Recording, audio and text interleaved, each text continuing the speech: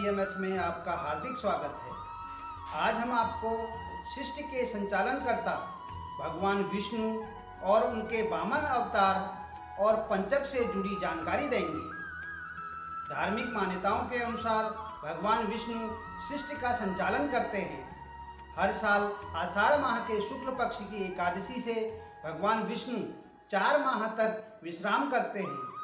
भगवान विष्णु के विश्राम करने से सृष्टि का संचालन भगवान शिव करते हैं। भगवान विष्णु कार्तिक माह में शुक्ल पक्ष की एकादशी तिथि के दिन जागते हैं। इस दौरान भगवान शिव को समर्पित पावन माह सावन भी आता है। सावन के माह में भगवान शिव की विशेष पूजा की जाती है। इन 4 महीनों के समय को चतुर्मास भी कहा जाता है। भगवान शिव अपने भक्तों से बहुत जल्दी प्रसन्न हो जाते हैं, लेकिन ज्योतिष शास्त्र के अनुसार कुछ राशियों पर भगवान शिव की विशेष कृपा रहती है। ये राशियां हैं मेष, मकर और कुंभ। इन राशियों पर शिव मेहरबान रहते हैं। इन राशियों के जातकों को शिव की विशेष कृपा प्राप्त करने के लिए चतुर्मास में रोजाना नियमित रूप से शिव चालीसा का पाठ करना चाहिए। सभी राशियों के जातक शिव चालीसा का पाठ कर सकते हैं। शिव चालीसा का पाठ करने से भगवान शिव प्रसन्न होते हैं। इसके साथ ही ओम नमः शिवाय का भी जाप करें। वामन पुराण के मुताबिक आषाढ़ महीने के दौरान भगवान विष्णु के वामन अवतार की पूजा करने से मनोकामनाएं पूरी होती हैं, संतान सुख मिलता है, जाने अनजाने में हुए पाप और शारीरिक परेशानियां भी खत्म हो जाती हैं।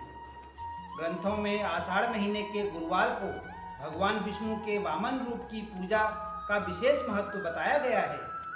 इस दिन व्रत और पूजा के बाद छोटे बच्चों को भगवान वामन का रूप मानकर भोजन करवाया जाता है और जरूरत की चीज़ों का दान भी किया जाता है। साथ ही इस महीने की दोनों एकादशी तिथियों पर भगवान वामन की पूजा के बाद अन्न और जल का दान किया जाता है। सतयुग में असुर बलि ने देवताओं को पराजित करके स्वर्गलोक पर अधिकार कर लिया था। इसके बाद सभी देवता भगवान विष्णु के पास मदद मांगने पहुंचे थे। तब विष्णु जी ने वामन रूप में अवतार लिया। एक दिन जब राजा बलि यज्ञ कर रहा था, तब वामन देव बलि के पास गए और 3 पग धरती दान में मांगी। शुक्राचार्य के मना करने के बाद भी राजा बलि ने वामन देव को 3 पग धरती दान में देने का वचन दे दिया। इसके बाद वामन देव ने विशाल रूप धारण किया और एक पग में धरती और दूसरे पग में स्वर्गलोक नाप लिया। तीसरा पैर रखने के लिए कोई स्थान नहीं बचा, तो बलि ने वामन को खुद के सिर पर पग रखने को कहा। वामन देव ने जैसे ही बलि के सिर पर पैर रखा, वह पाताल लोक पहुंच गया। बलि की दानवीरता से प्रसन्न होकर भगवान ने उसे पाताल लोक का स्वामी बना दिया। सनातन धर्म या हिंदू धर्म में पंचक को शुभ नहीं माना जाता, जिस कारण इस समय में किसी भी तरह के मांगलिक व शुभ कार्य संपन्न नहीं किए जाते।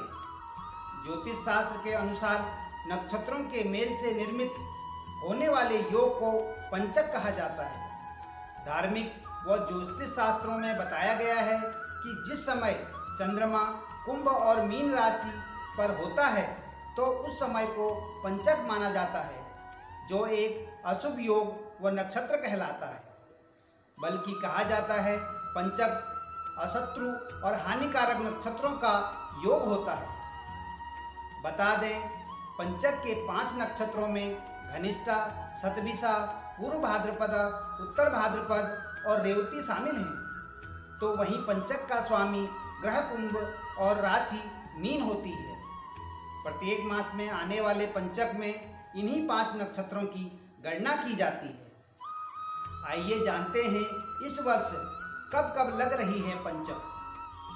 25 जुलाई 2021 से 30 जुलाई 2021 तक, 22 अगस्त 2021 से 26 अगस्त 2021 तक, 18 सितंबर 2021 से 23 सितंबर 2021 तक, 15 अक्टूबर 2021 से 20 अक्टूबर 2021 तक, 12 नवंबर 2021 से 16 नवंबर 2021 तक, 9 दिसंबर 2021 से 14 दिसंबर 2021 तक।